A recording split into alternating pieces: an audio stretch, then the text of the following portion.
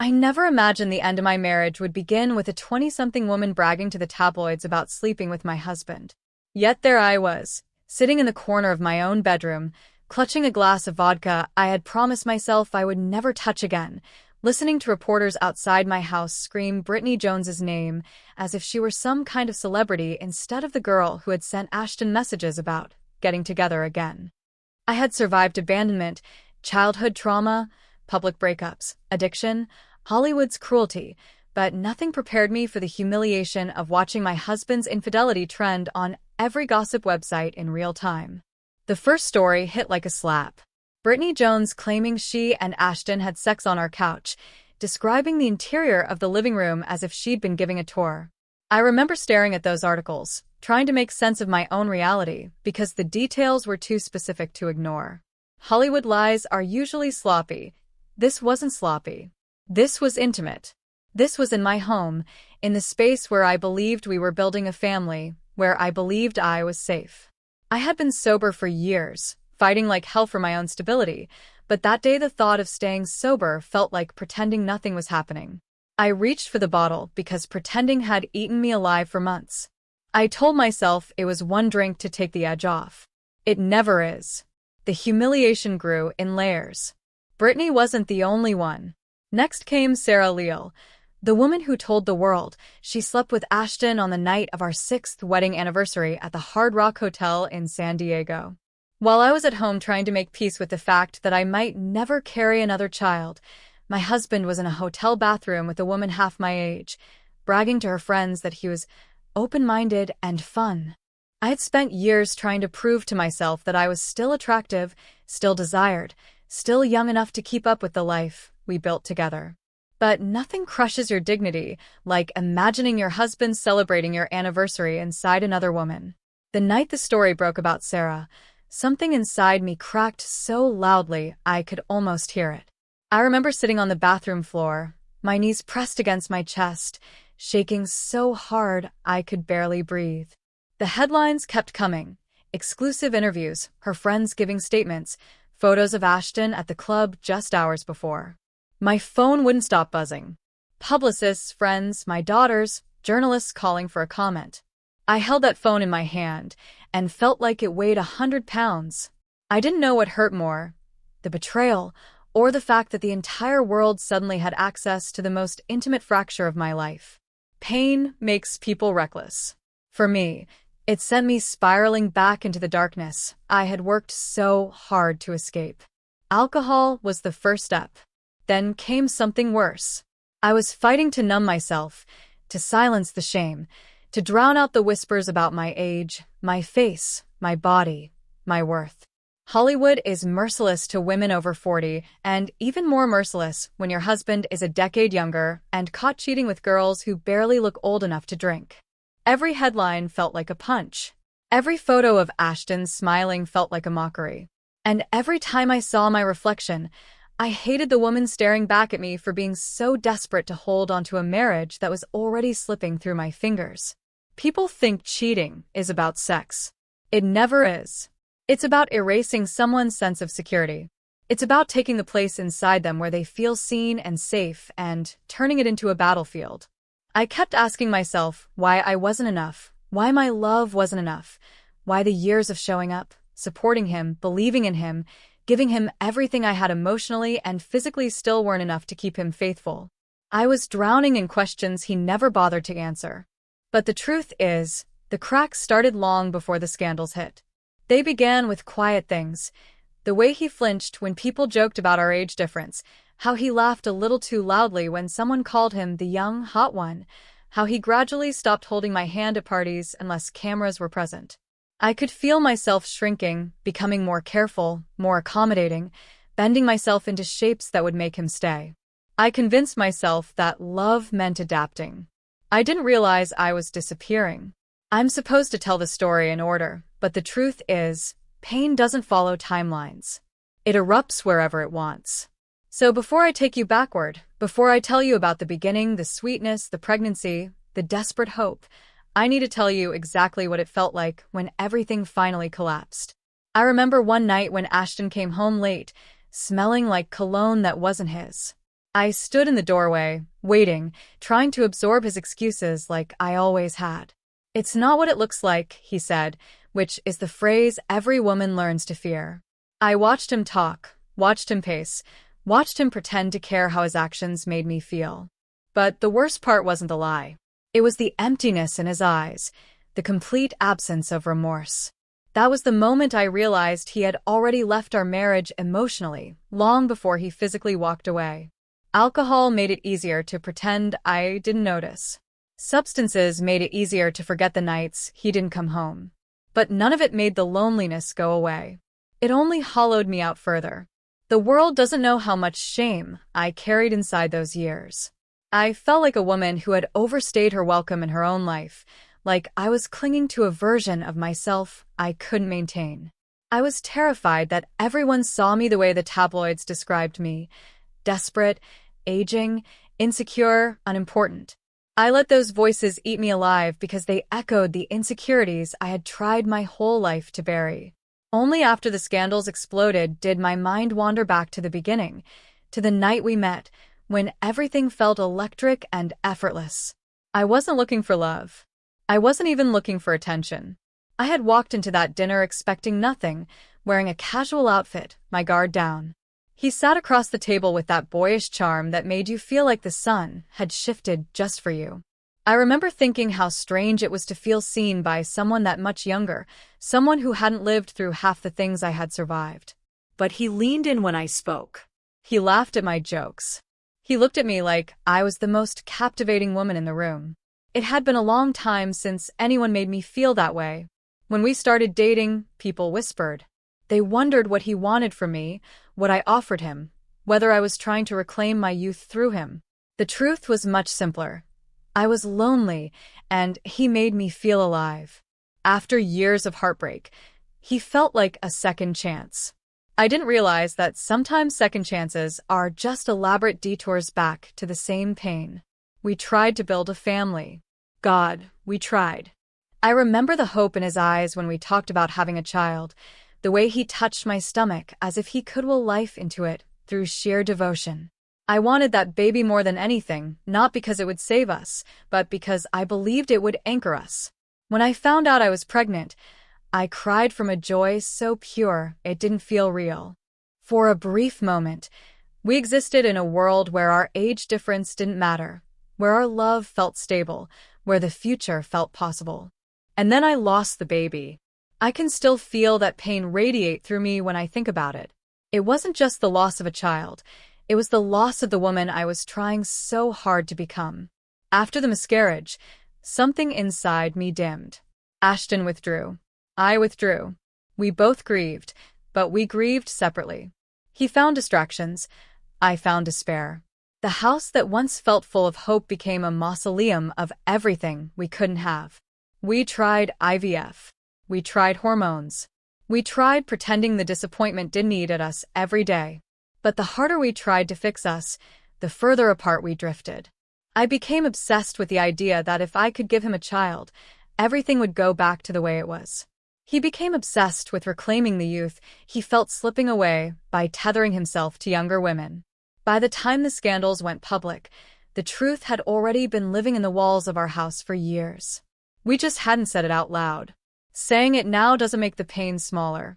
It just makes it honest. Because the truth is this. I lost myself long before I lost him. I wish I could say the scandals were the breaking point, the moment I finally gathered the courage to walk away from a man who treated my devotion like an inconvenience. But the truth is, endings never arrive all at once. They seep in through the cracks you refuse to acknowledge, through the quiet humiliations you told yourself were misunderstandings, through the compromises you made hoping love would settle back into something tender again. My marriage didn't end the day I found out about Brittany Jones or Sarah Leal. It ended slowly, piece by piece, until there was nothing left but exhaustion.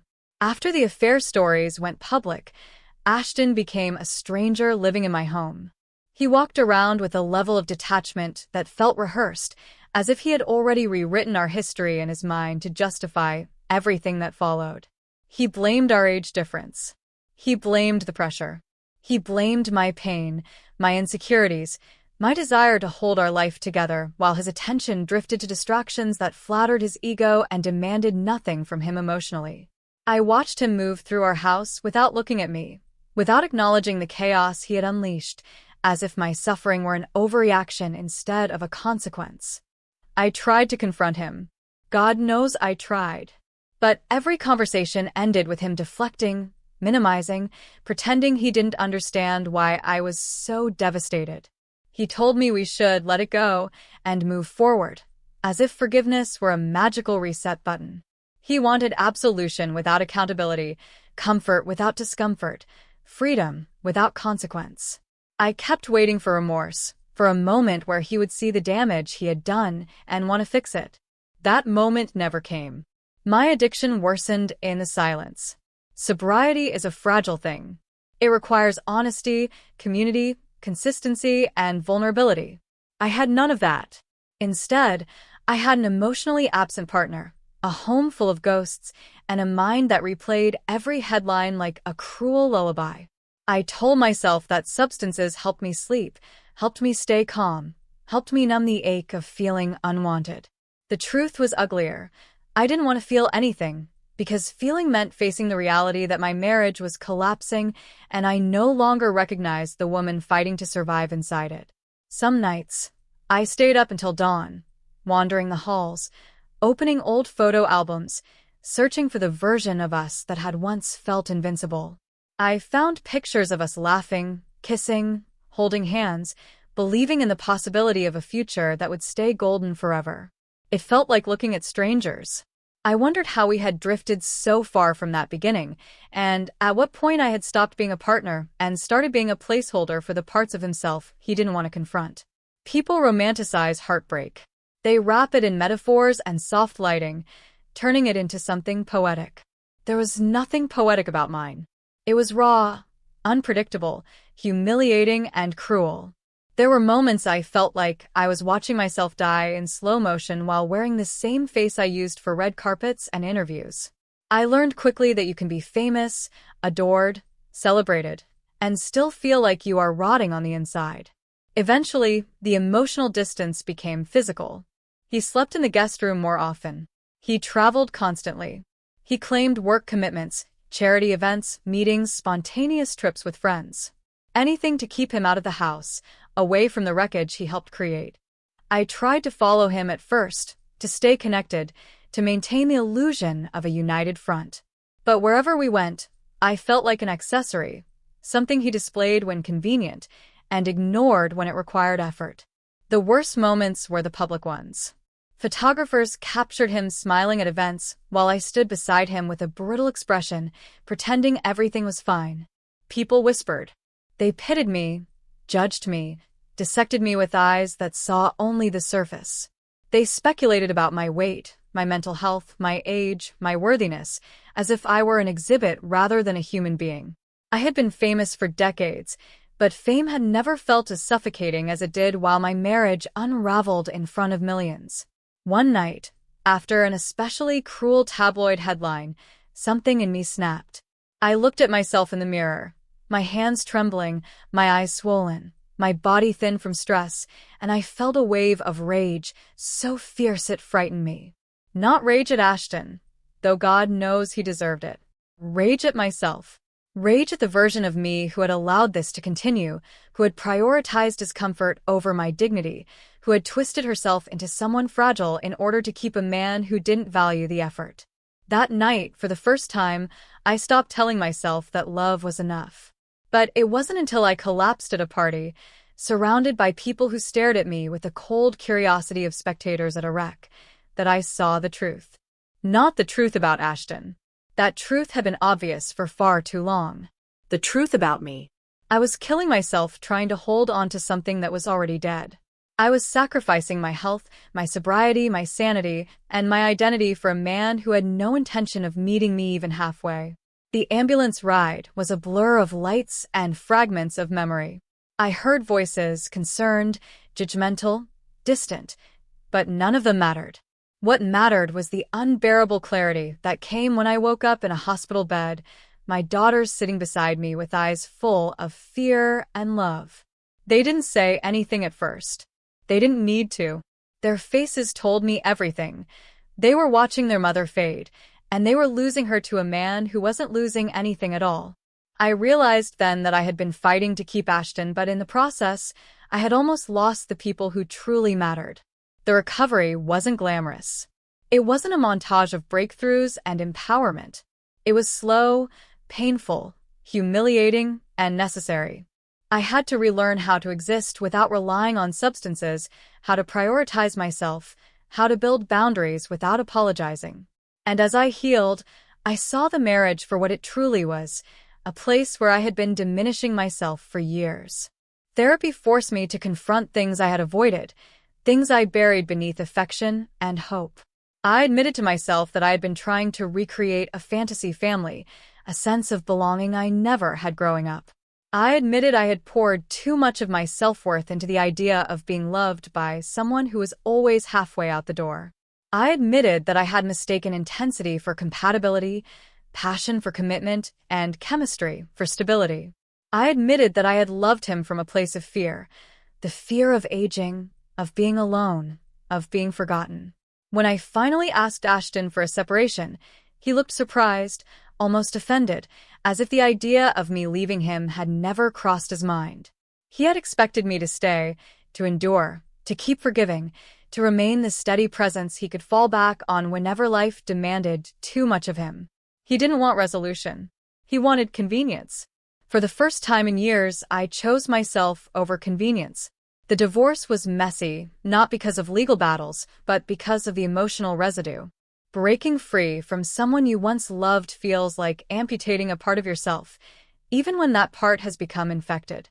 I cried. I grieved. I raged. I questioned. But I didn't go back. Every day that I stayed away felt like reclaiming a piece of myself I thought I had permanently lost. Healing isn't linear. Some days I felt powerful. Other days I felt broken. But slowly, the air in my lungs grew lighter. Slowly, I stopped checking tabloids. Slowly, I stopped wondering where he was or who he was with. Slowly, I rediscovered the version of me that existed long before him, the strong, complicated, resilient woman who had survived more than most and still managed to rise. Looking back now, I don't hate Ashton. Hatred requires energy I no longer waste. What I feel is clarity. He was a chapter, not the whole story. A painful chapter, yes, but one that taught me the price of abandoning myself for someone else's comfort. One that showed me the difference between love and attachment, forgiveness and erasure, resilience and self-destruction. People ask me if I regret loving him. I don't. I regret losing myself in the process. I regret letting my fear of imperfection keep me trapped in a narrative that didn't honor me. I regret believing that age made me less worthy instead of recognizing that experience made me more powerful. My marriage to Ashton didn't break me. It revealed the parts of me that needed rebuilding. And I rebuilt them. Not for him, not for the world, but for the woman who deserved a life that didn't require begging for loyalty. The truth is simple now. I didn't survive that marriage because I was strong. I survived it because I finally realized I was stronger without it.